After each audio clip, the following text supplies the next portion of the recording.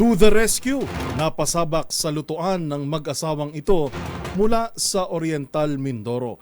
Imbis kasi na dumiretso sa kasal ng kanilang anak, ay sumalang muna sila sa pagluluto ng kanilang tinitindang street foods. Kung bakit agad daw kasing naubos ang only street foods na bahagi pala ng handaan.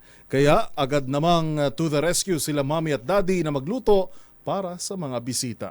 Ang trending story na yan tinutukan ni Dustin Bayog.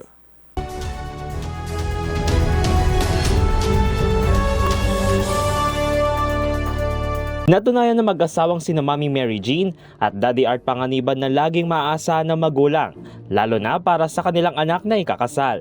Bago kasi dumalo at makita ang I do vows ng kanilang anak na si Eileen at ang asawa nitong si Renzon, ay napasabak muna sila sa lutuan ng street foods with their wedding outfits.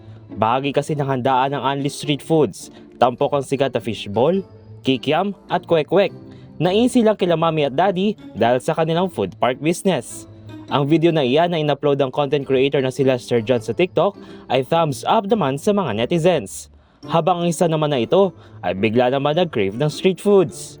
Dagdag naman ng uploader, mabilis na ubos ang street foods kaya hindi na nagatubili ang dalawa na magluto ulit bago dumiretso sa kasal. Pero sa huli ay masaya ang naging kasalan at success din si Daddy Art na maisayaw ang kanyang anak na si Eileen.